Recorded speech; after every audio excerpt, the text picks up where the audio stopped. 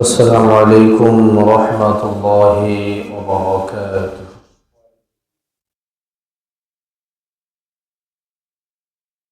إن الحمد لله نحمده ونستعينه ونستغفره ونؤمن به ونتوكل عليه ونعوذ بالله من شرور أنفسنا ومن سيئات أعمالنا. من يهده الله فلا مضل له ومن يضلل فلا هادي له فلن تجد له وليا مرشدا. فقد قال الله تعالى في كلامه المجيد وفي فرقانه الحميد. أعوذ بالله من الشيطان الرجيم. بسم الله الرحمن الرحيم. إن الله وملائكته يصلون على النبي يا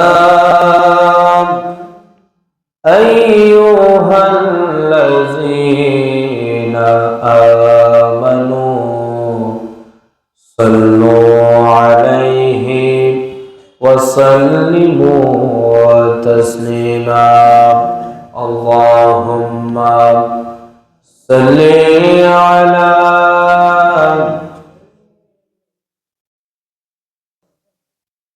وعلى آل سيدنا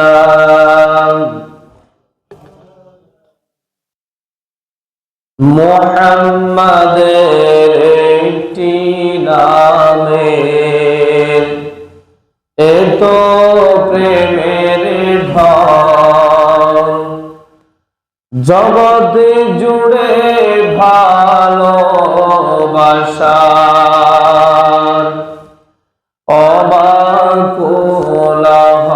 অবাকুলাহল। মুহাম্মাদের একটি নামের এত প্রেমের ঢল। আল্লাহুম্মা সাল্লি আলা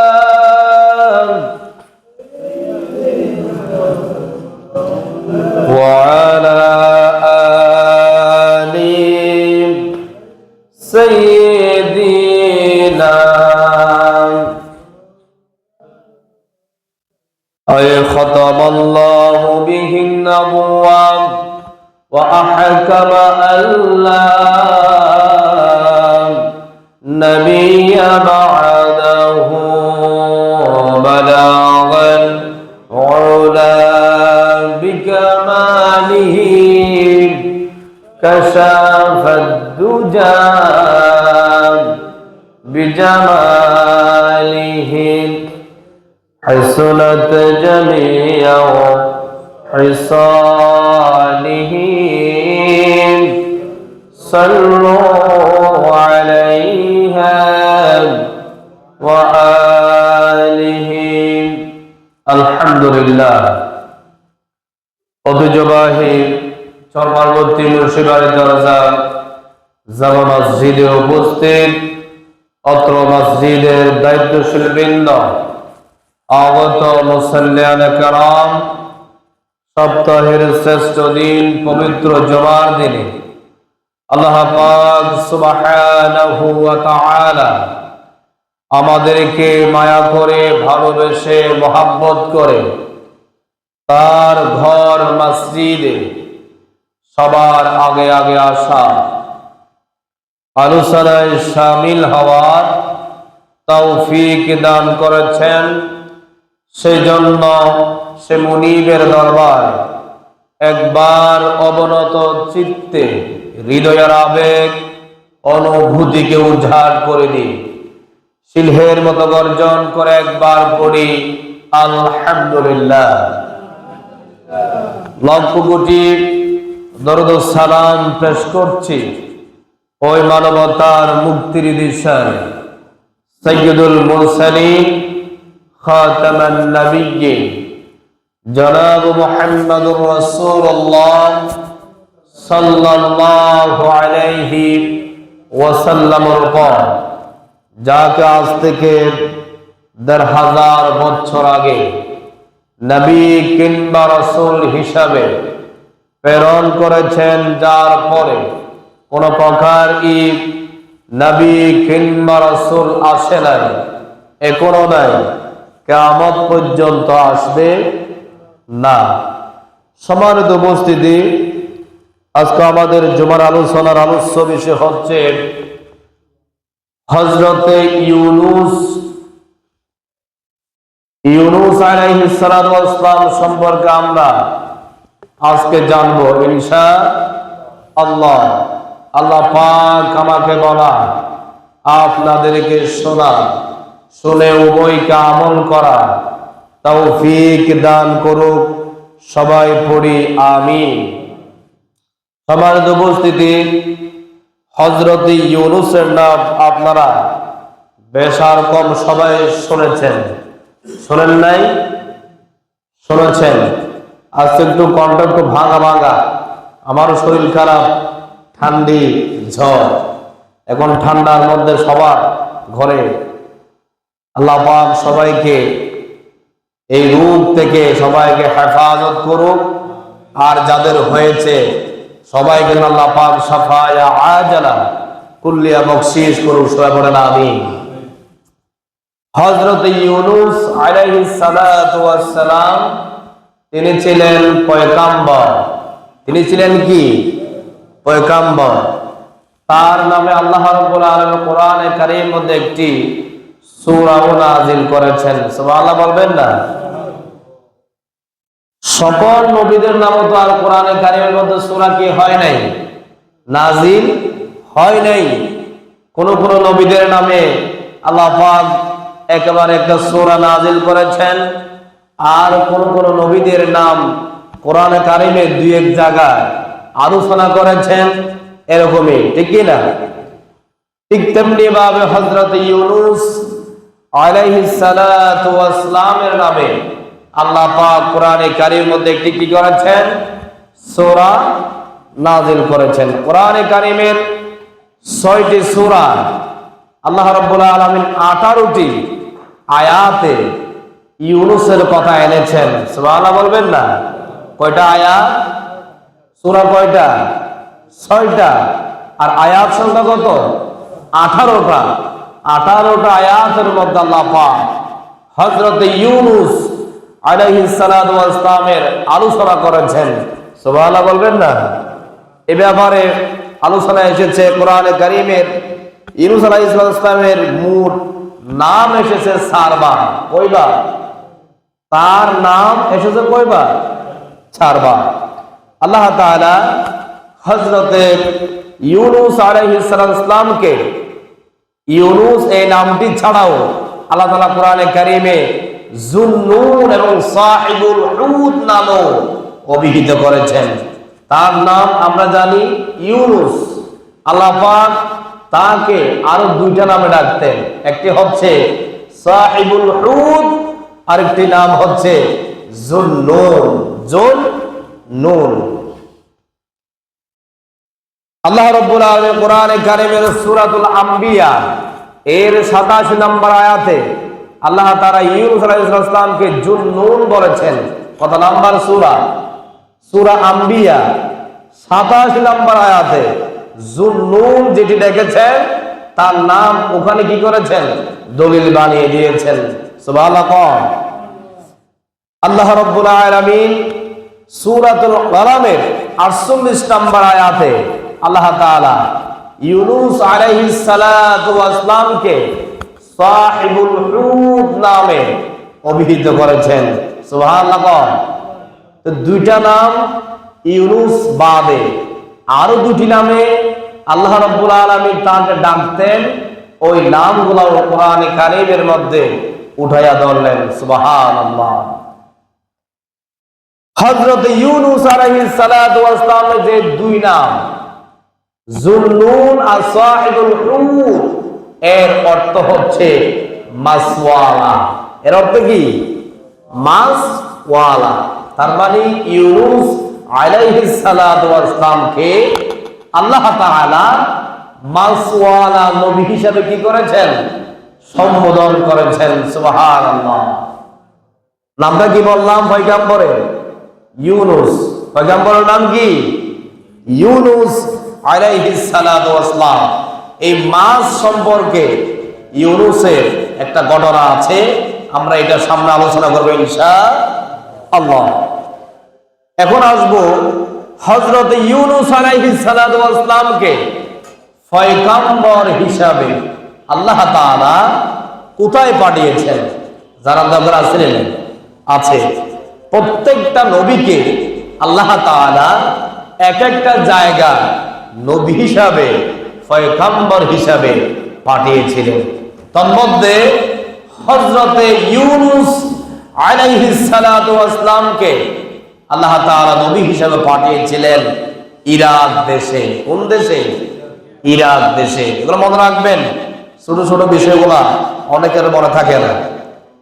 হযরত ইউনূস আলাইহিস সালাতু ওয়াস সালামকে আল্লাহ তাআলা ইরাক দেশে মুসল নগরীর নিকটবর্তী এলাকায় আল্লাহ রাব্বুল আলামিন ওই জনপদের ওই অধিবাসীদের জন্য পয়গম্বর হিসেবে তাকে পাঠিয়েছিলেন। সুবহানাল্লাহ। তাহলে কোথায় পাঠিয়েছে? ইরাক দেশে। কোন শহরে? মুসল নগরী। মুসল নগরী।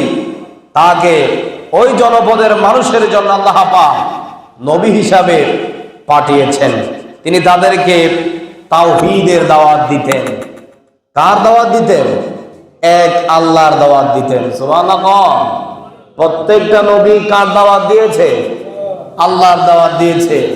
কোন নেতার দাওয়াত দিয়েছে? কোন মানুষের না। তাদেরকে আল্লাহ রাব্বুল আলামিন শুধু পাঠিয়েছে নির্দিষ্ট জাতির জন্য, বলেছে তোমরা গিয়া যাও, আমি আল্লাহ রাব্বুল আলামিনের একত্ববাদের দাওয়াতটা তুমি তাদেরকে পৌঁছিয়ে দাও। কন্যা সুবহানাল্লাহ। হযরত ইউনূস আলাইহিস সালাতু ওয়াস সালাম তাকে আল্লাহ রাব্বুল আলামিন পাঠিয়েছিলেন ইরাক দেশে মুসল নগরীর জনপদের জন্য নবী হিসাবে পাঠিয়েছেন। তারা তাওহীদের দাওয়াত দিতেন। তারা আল্লাহ রাব্বুল আলামিনের দাওয়াত মানুষের কাছে পৌঁছে দিতেন। আল্লাহ এক, তার কোনো শরীক নাই। কিন্তু হযরত ইউনূস আলাইহিস সালাতু ওয়াস সালাম তাদেরকে দাওয়াত দিতে গিয়া ব্যর্থ হয়েছেন। কি হয়েছে? ব্যর্থ হয়েছেন। তাদেরকে ইউনূস আলাইহিস সালাম বলতেছে, তোমাদেরকে আমি এক আল্লাহর দাওয়াত দিচ্ছি, বাস পূজা, গাছ পূজা, এদেরকে খোদা মেনে কোনো লাভ হবে না। পরকালে গিয়ে শান্তিতে ঘুমাতে পারবা না। যদি পরকালে শান্তি পেতে চাও তাহলে আপনাদের থেকে এক আল্লাহর প্রতি ঈমান আনতে হবে। কন্যা সুবহানাল্লাহ। তাদেরকে ইরাক দেশের কওমদেরকে এতবার দাওয়াত দেওয়ার পরে তারা হযরত ইউনূস আলাইহিস সালাতু ওয়াস সালামের দাওয়াত গ্রহণ করলো না। কি করলো না? গ্রহণ করে নাই।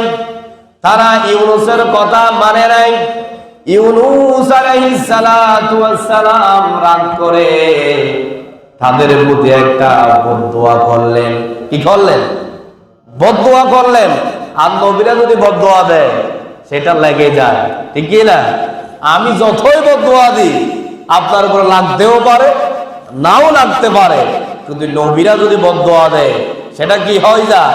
আল্লাহর দরবারে কবুল হয়ে যায়। হযরত ইউনূস আলাইহিস সালাতু ওয়াস সালামের যখন দাওয়াতটা যখন প্রত্যাখ্যান করলাম, সাথে সাথে ইউনূস আলাইহিস সালাতু ওয়াস সালামের রাগ উঠে গেল। রাগ উঠে যাওয়ার পরে তাদেরকে বলেছে, আমি এখান থেকে চলে যাচ্ছি, তোমাদের এখান থেকে চলে যাচ্ছি, আমি তোমাদেরকে একটা বদদুয়া দিয়ে গেলাম, 3 দিনের ভিতরে তোমাদের উপরে আল্লাহর পক্ষ থেকে তোমাদের উপরে গজব নেমে আসবে। আল্লাহু আকবার। এখন একথা বলার পরে ইউনূস আলাইহিস সালাতু ওয়াস সালাম সেখান থেকে অন্য জায়গায় চলে গেল। সেখানে যাওয়ার পরে হযরত ইউনূস আলাইহিস সালাতু ওয়াস সালাম সেখান থেকে যাওয়ার পরে তাদের উপরে যে গজব নাজিল করেছিলেন আল্লাহ পাক, আল্লাহ রাব্বুল আলামিন তাদের উপরে একটু গজব প্রথমে সরাসরি নাজিল করবে না, একটু আভাস দেবে। কি দেবে? আভাস দেবে। ইউনূস আলাইহিস সালাতু ওয়াস সালাম একজন পয়গম্বর ছিলেন, তার কওমদের মধ্যে তারা একজন আরেকজনকে বলা বলি করতেছে, ইউনূস তো আমাদেরকে বদদুয়া দিয়ে গেল, ইউনূস তো নিশ্চয় মনে হয় আল্লাহর নবী, আর আল্লাহর নবীর বদদুয়াটা অবশ্যই আমাদের উপরে লেগে যেতে পারে। তাদের উপরও, তাদের থেকেও সেটা জানা হয়ে গেল, যেহেতু ইউনূস কি নবী? আল্লাহর নবী। হযরত ইউনূস আলাইহিস সালাতু ওয়াস সালাম অন্য জায়গায় চলে এলো। এই যেখানে যাদেরকে এই একত্ববাদের তাওহীদের দাওয়াত দিয়েছিলেন, সেখানে আল্লাহ রাব্বুল আলামিন কিছু গজবের আভাস দেখিয়েছে। কি দেখিয়েছে? আভাস দেখিয়েছে। এখন সেখানে একটু বাতাস, হালকা বাতাস দেখা যাচ্ছে। এখন ওরা ভয় পেয়ে গেল, বলছে যে আমরা তো ইউনূসের কথা মতো ঈমান আনি নাই আল্লাহর উপরে। এখন ইউনূসের মনে হয় এই যে আল্লাহর কাছে দোয়া করেছে সেটা আস্তে আস্তে প্রয়োগ হচ্ছে। এবার তারা কি করেছে? ইউনূসের যে কওম যাদেরকে দাওয়াতে ব্যর্থ হয়েছে তারা সেখান থেকে পাহাড়ে চলে যাচ্ছে। কোথায়? পাহাড়ের দিকে চলে যাচ্ছে। তাদের গবাদি পশু সব আসবাবপত্র সবকিছু নিয়ে তারা এখান থেকে চলে যাচ্ছে। কিসের ভয়ে? আল্লাহর গজবের ভয়ে। আল্লাহকে চাইলে সেখানে গজব দিতে পারে না, পারে না। আপনি মসজিদের মধ্যে আল্লাহর পক্ষ থেকে একটা আপনার উপরে গজব নাযিল হচ্ছে, আপনি এখান থেকে যখন রুটে গেলেন এই গজব থেকে বাঁচার জন্য, আল্লাহ চাইলে আরেকটা পদ্ধতি দিয়ে আপনাকে গজবের আওতায় আনতে পারবে না? পারবে না? অবশ্যই পারবে। এখন তারা পাহাড়ে চলে গেল। সেখানে যাওয়ার পরে তারা এবার সবাই বসে একটু মিটিং করেছে, আমরা তো এখানে ফালিয়ে এসেছি, যদি আমরা ঈমান এনে ফেলি তাহলে তো বলা হয় আল্লাহ আমাদের উপরে কি দেবে না? গজব দিবে না, উঠিয়ে দিবে। এখন তারা সেখানে যাওয়ার পরে তারা আল্লাহর উপর ঈমান এনে ফেলেছে। সুবহানাল্লাহ। ওই একটু শুধু আভাস দিয়েছে, এখনো সরাসরি গজব নাজিল হয় নাই। এরপরে তারা ঈমান এনেছে, ঈমান আনার পরে তারা মুসলমান হয়ে গেল। সুবহানাল্লাহ বলেন না? সবাই যখন ঈমান এনেছে এরপরে তাদের উপর আর গজব নাজিল হয় নাই। যখন গজব নাজিল হয় নাই আর ইউনূস আলাইহিস সালাতু ওয়াস সালাম মনে করছে আমি তো তাদেরকে গজব দিয়ে আসলাম, আল্লাহর পক্ষ থেকে তাদের উপরে গজব নাজিল হয়ে তারা তো দুনিয়া থেকে মনে হয় ধ্বংস হয়ে গিয়েছে। এটা কার চিন্তাধারা? হযরত ইউনূসের। এটা চিন্তাধারা কার? ইউনূসের। কিন্তু আসলে আল্লাহ পাক তারা ঈমান আনার কারণে তাদের থেকে গজবটা উঠিয়ে নিলেন কে? আল্লাহ। এখন ইউনূস আলাইহিস সালাতু ওয়াস সালাম কেমনে কেমনে খবর পেল ওই লোকগুলা এখন জীবিত আছে। কি আছে? জীবিত আছে। যখন তার কানের মধ্যে খবরটা গেল, আর তাদের দেশের মধ্যে একটা কথা ছিল, যদি কোনো মানুষ একটা কথা বলে সেটা যদি মিথ্যা কথা প্রমাণিত হয় তাকে হত্যা করা হতো। কি করা হতো? হত্যা করা হতো। এখন ইউনূস আলাইহিস সালাম যে কোনো মাধ্যমে শুনতে পেয়েছে ওই লোকগুলা একটাও মরে নাই, সবগুলা এখনো জীবিত আছে। এখন ইউনূসের মনের মধ্যে একটা ভয় ঢুকে গেল। কেমনে ভয় ঢুকে গেল? তিনি চিন্তা করতেছে আমাদের দেশের মধ্যে একটা প্রথা চালু আছে, আমি যে কথা বলেছি সেটা তো সত্যতে প্রমাণিত হয় নাই, আল্লাহ তাদেরকে মারে নাই, তারা যদি আমাকে পায় তাহলে আমাকে কি করবে? হত্যা করবে। এখন হযরত ইউনূস আলাইহিস সালাতু ওয়াস সালাম ভয় পেয়ে সেখান থেকে আরো দূরে পালিয়ে যাচ্ছে। কিসের ভয়ে? মায়ের ভয়ে। কিন্তু আল্লাহর পক্ষ থেকে যে কোনো নবীর উপরে উহি আসলে যে কোনো সিদ্ধান্ত নিতে পারে। আল্লাহর উহিবিহীন যদি কোনো সিদ্ধান্ত নেয় তাহলে সাথে সাথে নবী হলেও তিনিও বিপদে পড়ে যান। ঠিক কি না? সেই নবী হতে পারে, যদি আল্লাহর হুকুমের অর্ডার আসা পর্যন্ত সে যদি অপেক্ষা না করে তিনিও বিপদে পড়তে পারেন। হযরত ইউনূস আলাইহিস সালাতু ওয়াস সালাম নিজ থেকে সিদ্ধান্ত নিজে সিদ্ধান্ত গ্রহণ করেছে, আমি যদি এখানে থাকি, আমাকে যদি ওই যে যাদেরকে আমি তাওহীদের দাওয়াত দিতে গিয়েছিলাম তারা যদি আমাকে পেয়ে থাকে তারা আমাকে মেরে ফেলবে। কি করবে? মেরে ফেলবে। আমি এখান থেকে তাড়াতাড়ি কি করি? পালিয়ে যাই। তিনি দৌড়াতে দৌড়াতে একটা সাগরের কিনারায় চলে এলাম। কোথায়? সাগরের কিনারায় চলে এলাম। সেখানে একটা নৌকা দেখা যাচ্ছে। কি দেখা যাচ্ছে? নৌকা। কিছু মানুষ এই পাড় থেকে ওই পাড়ে চলে যাচ্ছে। হযরত ইউনূস আলাইহিস সালাতু ওয়াস সালাম তাদেরকে ডাক দিয়েছে, আমাকে একটু এখান থেকে তোমরা কি করো? পার করে নাও, আমি ওইদিকে যেতে চাই, ওই পারে যেতে চাই। আল্লাহ রাব্বুল আলামিন এখনো পর্যন্ত তার উপরে কোনো ওহী পাঠান নাই। হযরত ইউনূস আলাইহিস সালাতু ওয়াস সালাম ওই নৌকার মধ্যে উঠেছে, ওঠার পরে ওই পারে চলে যাবে। হযরত ইউনূস উঠার পরে যখন ওই নৌকাটা সাগরের মাঝামাঝি চলে এলাম। কোথায়? সাগরের মাঝামাঝি চলে এলাম। যাওয়ার পরে সাথে সাথে আল্লাহর পক্ষ থেকে সেখানে বাতাস শুরু হয়ে গিয়েছে।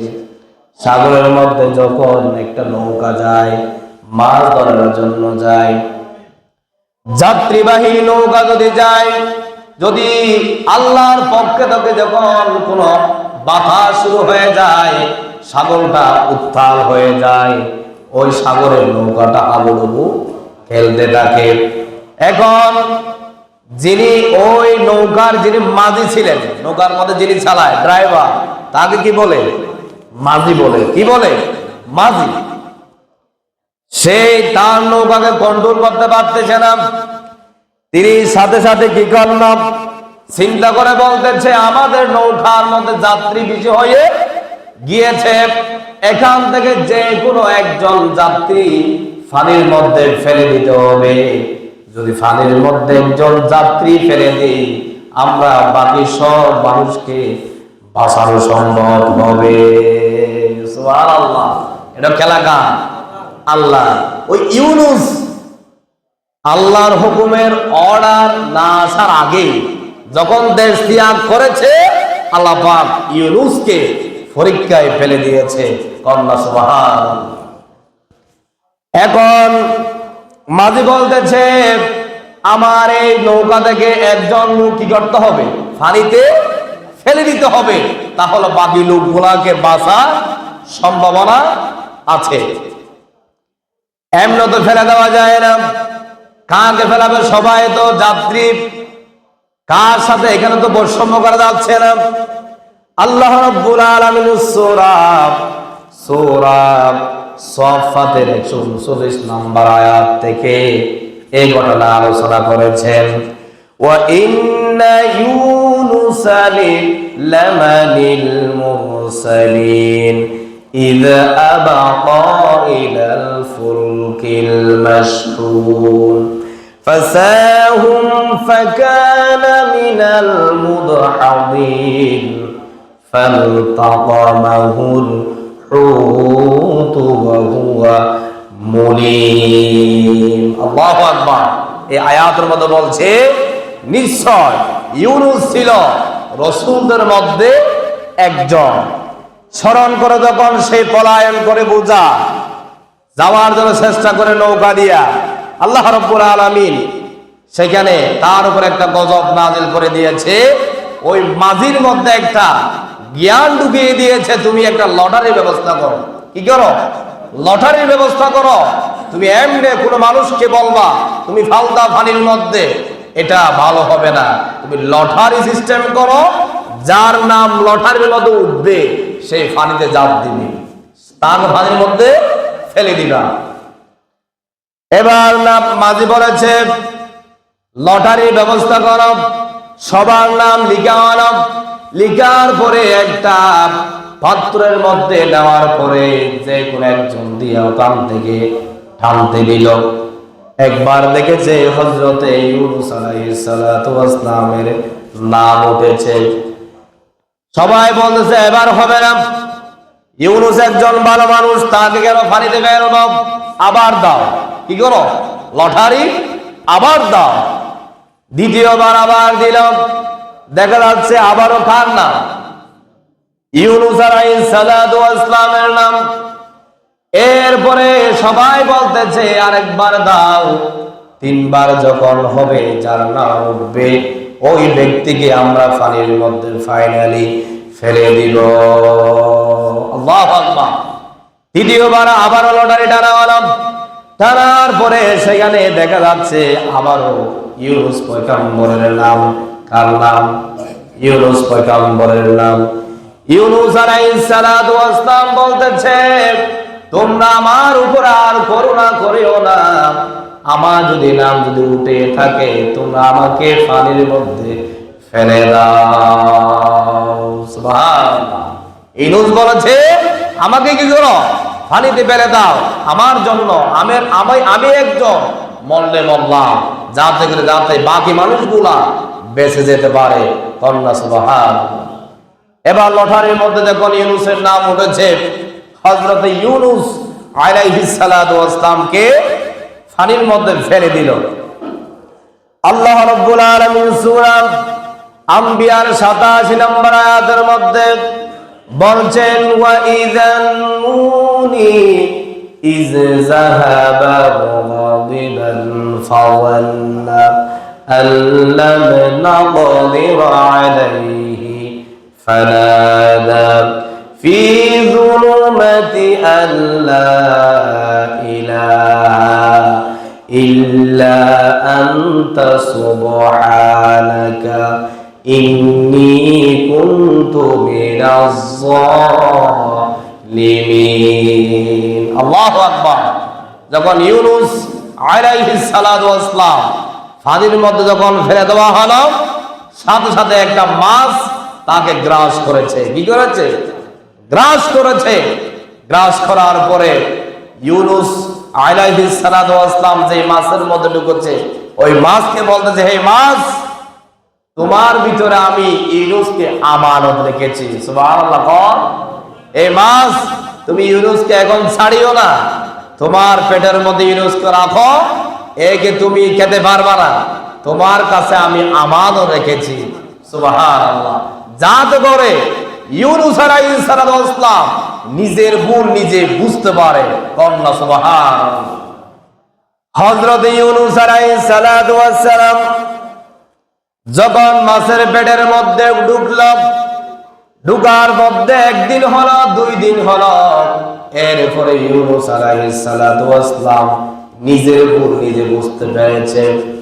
নিজের ভুল নিজে বুঝতে পেরে তিনি বলছেন ও আল্লাহ, আমি তো নিজের উপরে নিজে জুলুম করে ফেলেছি, আমি আপনার কাছে ক্ষমা চাচ্ছি, আপনি আমাকে মাফ করে দেন।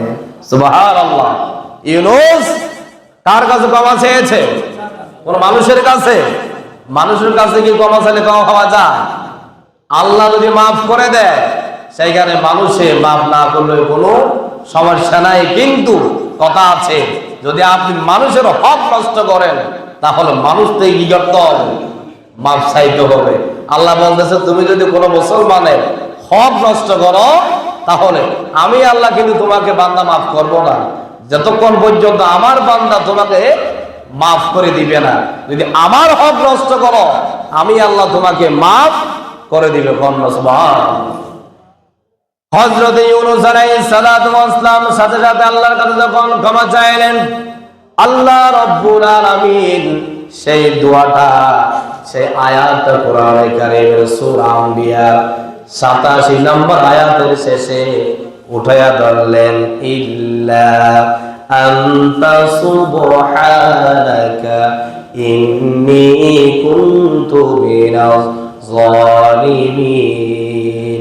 আমরা যখন বিপদে পড়ে যাব, এটাকে বলা হয় মুসিবতের দোয়া। কিসের দোয়া? মুসিবতের দোয়া। ইউনূস আলাইহিস সালাম তো মুসিবতে পড়ে গিয়েছে, তিনি আল্লাহর কাছে ক্ষমা চেয়ে ক্ষমা পেয়েছে। যদি আপনি আমিও যদি এরকম নিজের উপরে নিজে জুলুম করে থাকি, আল্লাহর আইন অমান্য করি, তাহলে আমরা এই দোয়া পড়ে কার কাছে ক্ষমা চাইব? কার কাছে? আল্লাহর কাছে ক্ষমা চাইব। দোয়াটা আমার সাথে সাথে আবারও পড়ুন, লা ইলাহা ইল্লা আনতা সুবহানাকা ইন্নী কুনতু মিনাজ জালিমিন। মনে থাকবে তো? মনে থাকবে? এটা অবশ্যই কোন মুসিবত বললে এটা পড়বেন। আল্লাহ রাব্বুল আলামিন চাইলে আপনাকে ডাইরেক্ট মাফ করে দিতে পারেন। পড়েন আমিন। আল্লাহ রাব্বুল আলামিন কোরআনে কারীমের আরেক জায়গায় বলছেন, ফাস্তাজাবনা লাহু ওয়া নাজ্জায়নাহু মিনাল গাম্মি ওয়া কাযালিকা নুজিল মুমিনিন। নুজিল মুমিনিন। আল্লাহ রাব্বুল আলামিন বলছে, তখন আমি তার ডাকে সাড়া দিলাম, তাকে আমি মাফ করে দিলাম। কন্যা সুবহানাল্লাহ। আর ইউনূস আলাইহিস সালাতু ওয়াস সালাম ওই পেটে কয়দিন ছিলেন? এখানে একটা লাভ আছে। কেউ বলছে একদিন, কেউ কেউ বলতেছে 2 দিন, কেউ কেউ বলতেছে 1 সপ্তাহ, কেউ কেউ বলেছে 15 দিন, আর কেউ কেউ বলেছে 40 দিন পর্যন্ত হযরত ইউনূস আলাইহিস সালাতু ওয়াস সালাম মাছের পেটে ছিলেন। কন্যা সুবহানাল্লাহ। আল্লাহ রাব্বুল আলামিন সূরা সাফফাতের 143 নম্বর আয়াতে আরো বলছেন, ফালাউলা আন্নাহু কানা মিনাল মুসাব্বিহিন লালাবিসা ফি বাতনিহি ইলা ইয়াউমি ইউবআসুন। সে যদি তাসবিহ পাঠকারীদের অন্তর্ভুক্ত না হতো, আল্লাহ বলছে আমি তাকে মাফ করতাম না। সে আমার কাছে ক্ষমা চেয়েছে, এই জন্য আমি আল্লাহ তাকে ক্ষমা করে দিতে বাধ্য হয়েছি। সুবহানাল্লাহ বলবেন না? এখান থেকে বোঝা যায় আল্লাহর কাছে চাইলে আল্লাহ অবশ্যই কি করে দেবে? মাফ করে দেবে। আরেকটা ঘটনা আপনাদেরকে আমি অনেক আলোচনা করেছি, আদম আলাইহিস সালাতু ওয়াস সালামের শয়তানের ব্যাপারে যে ঘটনা, তাকে ধোঁকা দিয়েছিলেন, শয়তানকে হায়াত দিয়েছেন একেবারে কিয়ামতের আগ পর্যন্ত। শয়তান বারবার চাইবে আমাদেরকে গুনার কাজ করার জন্য, সেখান থেকে আমাদেরকে ফিরে আসতে হবে আল্লাহকে স্মরণ করে। কাকে? আল্লাহকে স্মরণ করে। শয়তান বলছে, আমাকে তো আপনি দীর্ঘ হায়াত দিয়েছেন, এবার আপনার বান্দাদেরকে আমি বারবার বিপদে ফেলবো, আর গুনার কাজ করায়া তাদেরকে জাহান্নামে দেওয়ার জন্য আমি বাধ্য করব। নাউজুবিল্লাহ বলবেন না? আল্লাহ বলছে, শয়তান তুমি আমার বান্দাদেরকে ধোঁকা দিবা, 70 বছর 80 বছর পর্যন্ত গুনার কাজ করায়া জাহান্নামী বানাবা বলছো, আমি আল্লাহ এমন রহমান রহিম, আমার বান্দা যদি আমার কাছে নত হয়ে 2 চোখের পানি যদি ফেলতে পারে, আমি 1 সেকেন্ডে 80 বছরের গোনা জায়গার মতো মাফ করে দিব। সুবহানাল্লাহ। তাহলে তুমি যদি 80 বছর পর্যন্ত গোনার কাজ করো, আমি বান্দাকে 1 সেকেন্ডে সব গুনাহ মাফ করে দিব। সুবহানাল্লাহ। তার নাম হচ্ছে রহিম, তার নাম রহমান, তার নাম খালেক, তার নাম মালিক। তিনি হচ্ছে আমার আল্লাহ। জোরে বলেন না সুবহানাল্লাহ। আল্লাহ রাব্বুল আলামিন হযরত ইউনূস আলাইহিস সালাতু ওয়াস সালাম সম্পর্কে সূরা কুরআনে কারীমের 68 নম্বর সূরা কলমের মধ্যে 48 নম্বর আয়াতের মধ্যে আরো বলছেন, ফাসবির লিহুকুমি রাব্বিকা ওয়ালা তাকুন কাসাহিবিল হুত ইয নাদা ওয়া হুয়া মাকজুম। আল্লাহু আকবার।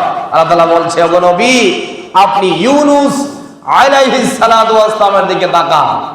তাকে বলছে আমাদের নবী মুহাম্মদ সাল্লাল্লাহু আলাইহি ওয়াসাল্লামকে বলছে, অধৈর্য হয় না, ধৈর্য ধরবা, সবর করবা, সেখানে আমি আল্লাহর কল্যাণ অবশ্যই সেখানে আছে। কন্যা সুবহানাল্লাহ। এখান থেকে শিক্ষা হচ্ছে আমাদেরকে সবর করতে হবে, সবসময় ধৈর্য ধারণ করতে হবে। সবর করলে সেখানে সফলতা আছে, সেখানে কি আছে? সফলতা আছে। আল্লাহ রাব্বুল আলামিন সূরা কলমের 49 নম্বর আয়াতে বলছেন, লাউলা আন তাদারাকাহু নি'মাতুন মির রাব্বিহি লানুবিযা বিল আরাই ওয়া হুয়া মাজমুন। তার প্রতিপালকের অনুগ্রহের নিকট না পৌঁছালে সেই নিন্দিত হয়ে নিক্ষিপ্ত হতো গাছপালাহীন সৈকতে। আল্লাহ বলছে, যেখানে আমার অনুগ্রহ তার নিকট পৌঁছালে সেই নিন্দিত হয়ে নিক্ষিপ্ত হতো গাছপালাহীন সৈকতের মধ্যে।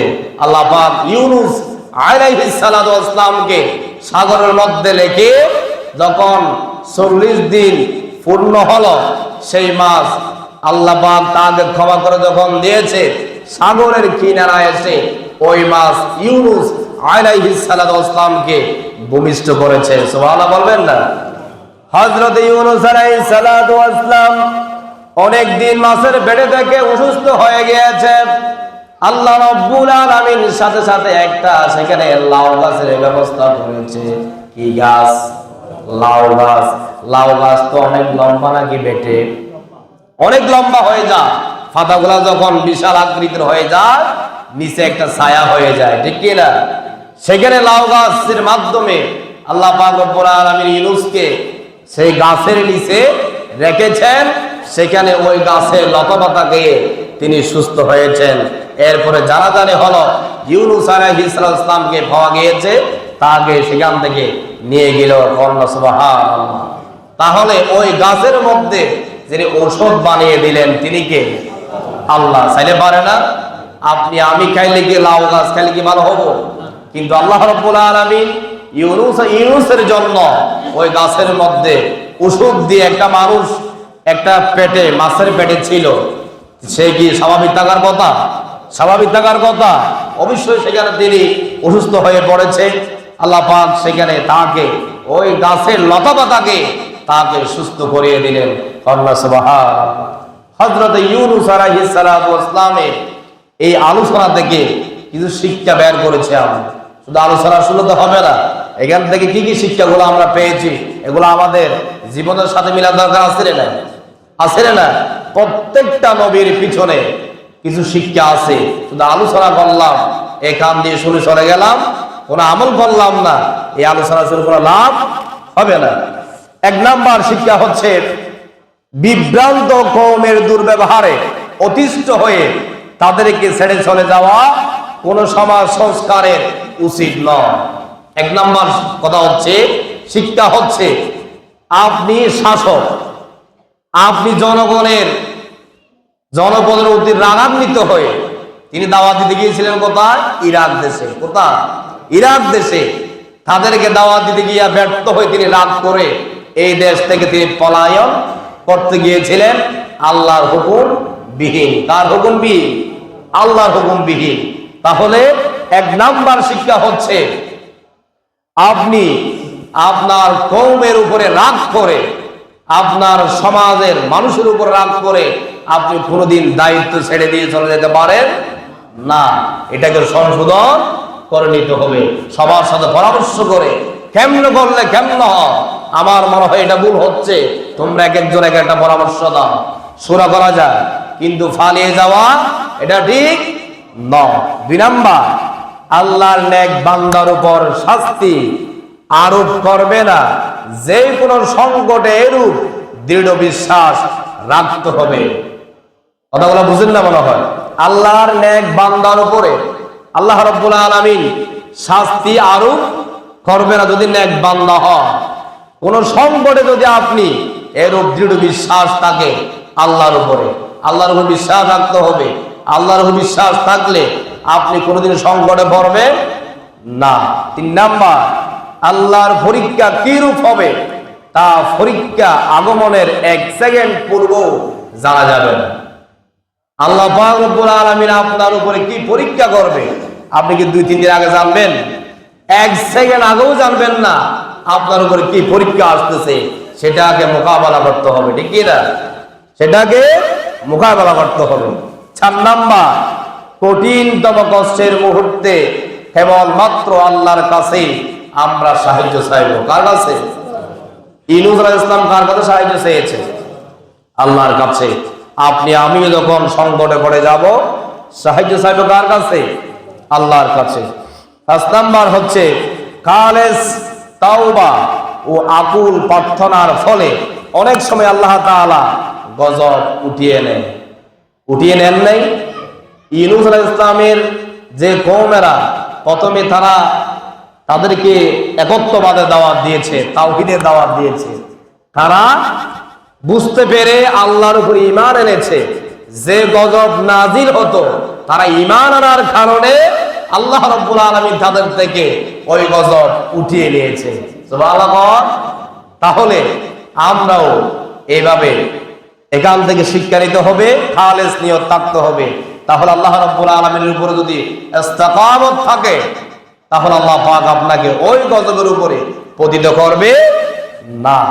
6 নাম্বার, আল্লাহ ইচ্ছা করলে যে কোনো পরিবেশে ঈমানদারকে রক্ষা করতে পারেন। যে কোনো পরিবেশ বলতে ইউনূসকে আল্লাহ রক্ষা করেছেন কোথায়? মাছের পেটে। তাহলে আমরাও যদি এটার উপর যদি ইস্তেকামত থাকে, মনকে আমরা না ভেঙ্গে সবর করতে হবে, ঠিক কি না? তাহলে আল্লাহ পাক আপনাকে সেখান থেকে রক্ষা করবে। 7 নাম্বার, পশু পাখি বৃক্ষলতা জলচর প্রাণী সবাই আল্লাহর হুকুমে ঈমানদার ব্যক্তির সেবায় নিয়োজিত হয়। যেমন মাছ, লতা, গাছপালা এগুলা সব এখান থেকে আমাদের জন্য ওষুধ তৈরি করা হয়। ওষুধগুলা তৈরি হয় কি থেকে? গাছের পাতা, গাছের রস, লতা পাতা থেকে। তো এই এখানে বলছিলাম লাউ গাছ থেকে ওষুধ বানিয়ে খেয়ে ইউনূস আল্লাহ রাব্বুল আলামিন আরোগ্য করেছেন। এই জন্য বলছে পশু পাখি বৃক্ষলতা জলচর প্রাণী সবাই আল্লাহর হুকুমে কি করে? তারা জিকির করে। এগুলো আবার আপনাদের উপকারে আসবে, ঠিক না? এরপরে 8 নাম্বার শিক্ষা হচ্ছে আল্লাহর প্রতি আনুগত্য ব্যতীত দোয়া কবুল হয় না। আল্লাহর আনুগত্য করলাম না, আল্লাহকে চিনলাম না, আল্লাহর কাছে শুধু দোয়া করলাম, তাহলে হবে? আল্লাহ বলেছে আমাকে নামাজ পড়ার জন্য, আমি নামাজ পড়লাম না, বিপদ একটা পড়ে গেলাম, মাথায় একটা টুপি দিয়ে যাই নামাজ একটা বিছায়া সিজদায় পড়ে গেলাম, তাহলে এই দোয়া কবুল হবে? আগে আপনার থেকে আল্লাহর আনুগত্য পরিপূর্ণ মানতে হবে, এগুলো করতে হবে, তাহলে আপনার দোয়া আল্লাহর কাছে কি হবে? কবুল হবে। 9 নাম্বার শিক্ষা হচ্ছে আল্লাহর প্রতিটি কর্ম তার নেককার যা বান্দা সঙ্গে সঙ্গে বুঝতে না পারলেও পরে বুঝতে পারে, যেমন ইউনুস আলাইহিস সালাম বুঝতে পেরেছেন, ঠিক কি না? ইউনুস আলাইহিস সালাম যে ভুল করেছে, সে যদি আগে জানতো এই ভুল করতো, তিনি আগে জানে না, এই জন্য এই ভুলের মধ্যে নিপতিত হয়েছে। এরপরে ভুল করার পরে তিনি ক্ষমা চেয়েছে কার কাছে? আল্লাহর কাছে। তাকে মাফ করে দেন নাই, মাফ করে দেন নাই। তাহলে আমাদেরকেও ভুল হবে, এটাই স্বাভাবিক। 80 বছর 90 বছর জিন্দিগির মধ্যে ভুল হতেই পারে, আমরা তো আর ফেরেশতা না, ঠিক কি না? ভুল হবে, এটাই স্বাভাবিক, কিন্তু ক্ষমা চাইতে হবে কার কাছে? তওবা করতে হবে কার কাছে? অনুতপ্ত হলে আল্লাহ পাক আপনাকে ক্ষমা করে দিবে। কন্যা সুবহানাল্লাহ। ইউনুস আলাইহিস সালাম থেকে আমরা যে শিক্ষাগুলো পেয়েছি, এগুলো আমরা মানার জন্য, নিজের সাথে মিলানোর জন্য চেষ্টা করব। যদি এগুলা থেকে থাকে সংশোধন করে নিব, এখনো সময় আছে। যদি হায়াত শেষ হয়ে যায়, নিঃশ্বাস চলে যায়, আপনি যদি আবার রিটার্ন ফিরে আসতে চান, আর আসা যাবে না। এই জন্য আমি জীবিত আছি, মনে করতে হবে এখনো আমার ক্ষমার কি আছে? সুযোগ আছে। মরে গেলাম, ছেলে মেয়েরা মিলাদ ছড়ালো, জানাজার মতো দোয়া করালো, এগুলা হচ্ছে আউট, নফল এবার, ঠিক কি না? কবুল হতেও পারে, নাও হতে পারে।